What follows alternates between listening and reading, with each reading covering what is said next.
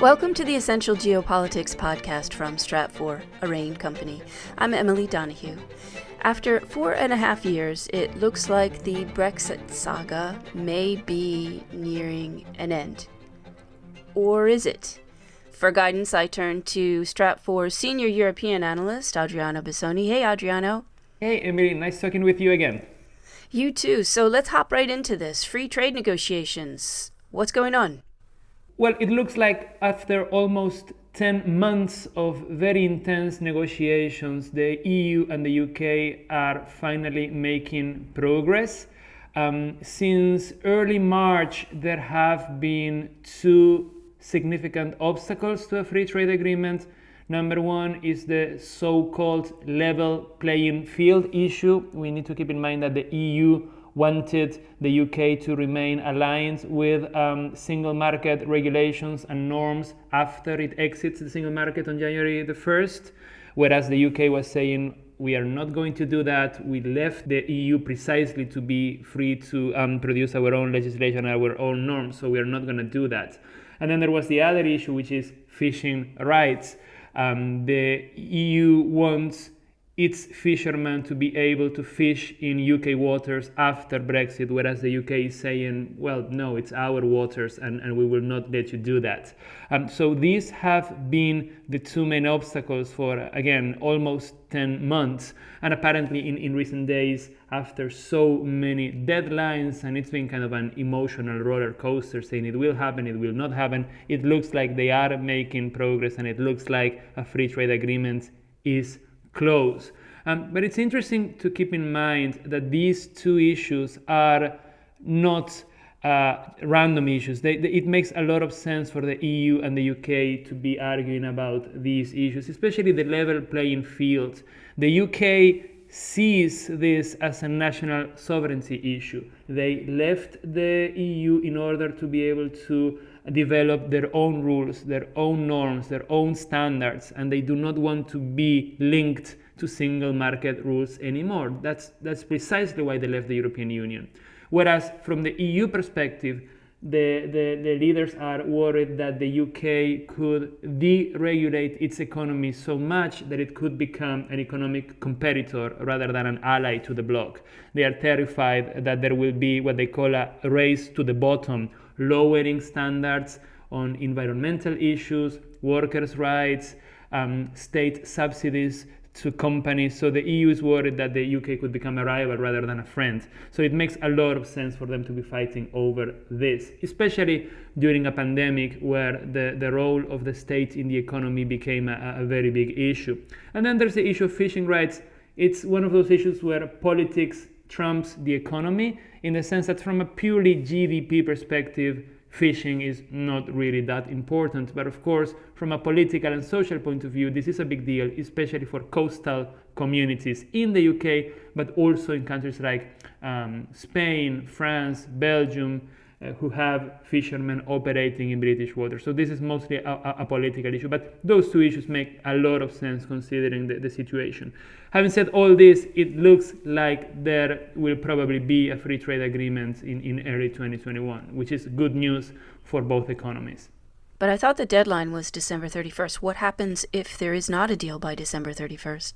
If there is not a deal by December 31st, the UK will exit the EU single market without a free trade agreement, and from January the 1st, they will have to start trading with the EU using World Trade Organization tariffs, which are relatively low for manufactured products, but they are higher for food products and agricultural products. So EU imports in the UK will become more expensive and vice versa. EU imports from the UK will also become more expensive. There will be border controls, there will be long queues at borders, there will be more controls on goods crossing the border, so supply chains may be disrupted. And there are consequences on other areas because the EU and the UK are also cooperating on issues ranging from education to security and sharing intelligence on the fight against crime or terrorism. So if there is not an agreement on January the 1st, then the economic ties, but also the political ties and the security ties between the EU and the UK will be heavily weakened. Having said this, there are several ways in which this could happen. There is a chance of what I call a friendly no deal, in which the EU and the UK do not have a free trade agreement, but they do agree to implement bilateral agreements to mitigate the economic pain a bit. The EU has already proposed, for example, to continue recognizing British airlines so that they can still fly to the continent.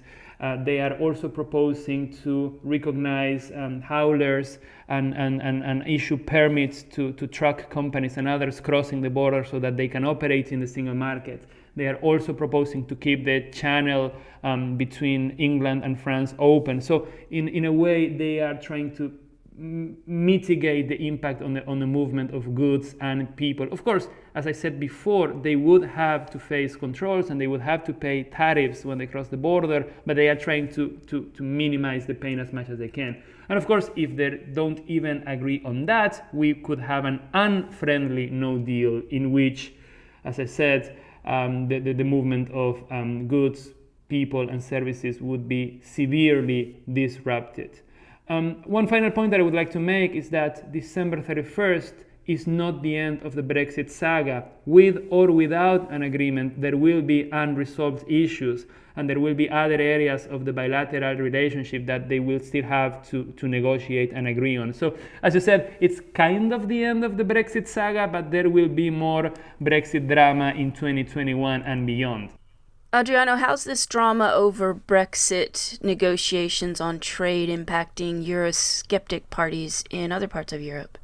That's an interesting question because when the UK Brexit referendum happened in 2016, nationalist and Eurosceptic parties across the European Union said, we will do the same. We will push for our own referenda to exit the European Union, and the Brits will prove that there is life after Brexit. So in a way, this influenced the EU's behavior vis-a-vis the UK. One of the goals of the ongoing free trade negotiations is to reach a free trade agreement, and it's to reach a dynamic and mutually beneficial economic and political relationship. But a part of the calculation, especially for countries like France and a few others, is to show their domestic audiences that exiting the EU is not easy, is not cheap, is not painless. They are interested in showing their domestic audiences that it's a mess. If you want to exit the European Union, it's not going to be as easy as the nationalist politicians are saying. I am not saying that this is the primary goal, but it's one of the elements which explain why the whole Brexit process, first the negotiation of the exit, which happened on January 31st, and then the negotiation on the free trade agreement is taking so long. The EU wants to send a message home that this is not an easy issue. So we have seen nationalist parties somewhat react to that. The calls for exiting the EU are not as loud in 2020 as they were in 2015 or 2016. Parties like France's National Rally or Italy's Northern League and other Eurosceptic parties are now focusing on issues like immigration and security and the Schengen area, and not so much on exiting the EU, because their own voters watch the news and read newspapers and they know that this is easier said than done. Having said that, if in a few years from now Brexit proves to be a success and the UK show that there is actually life after exiting the EU and that your economy can thrive and there will be new opportunities, then nationalist parties, Eurosceptic parties in other parts of Europe will definitely return to that rhetoric about following the UK and exiting the EU. Adriano Bassoni is Stratfor's senior European analyst. Adriano, thank you. Thank you, Emily. You can stay up to date on what's going on in Europe by signing up for our free newsletter. You can find details at worldview.stratfor.com. That's worldview.stratfor.com. I'm Emily Donahue. Thanks for listening.